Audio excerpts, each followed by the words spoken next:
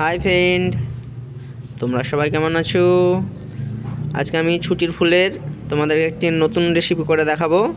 তার জন্য ছুটির ফুল নিয়েছি আর ছোট ছোট করে বেগুনটা কুচি করেছি আর আলু। কড়াই নিয়েছি, কড়াইয়ে সরষের তেল দিয়ে দেবো। গরম হয়ে গেছে কড়াই।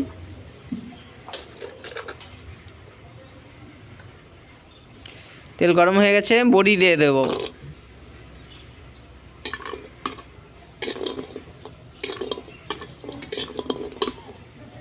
বড়িটা ভেজে নেব লাল লাল করে। বড়ি ভাজা হয়ে গেছে, তুলে নেব।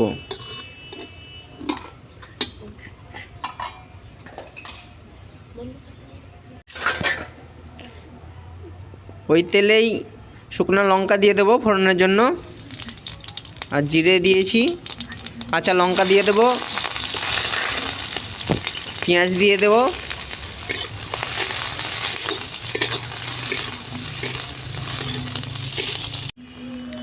হালকা ব্রাউন কালার হয়ে গেছে পেঁয়াজ।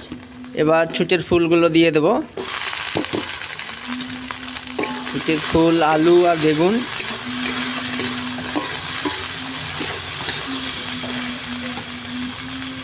হালকা করে হলুদ দিয়ে দেবো,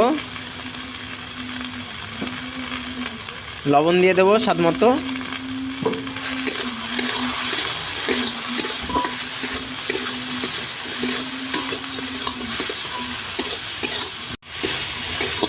চাপা দিয়ে রেখে দেবো।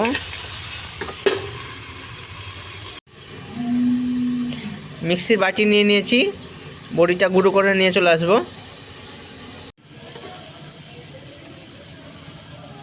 গ্রাইন্ডারে মিক্সি করে নিয়ে চলে এসেছি।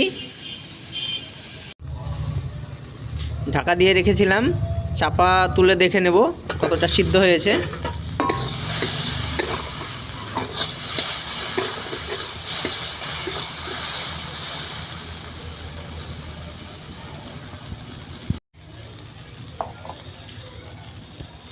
ভাজা হয়ে গেছে।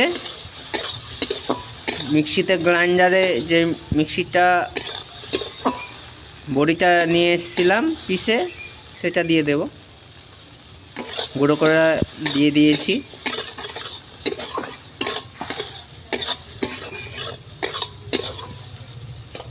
হয়ে গেছে, তুলে নেব।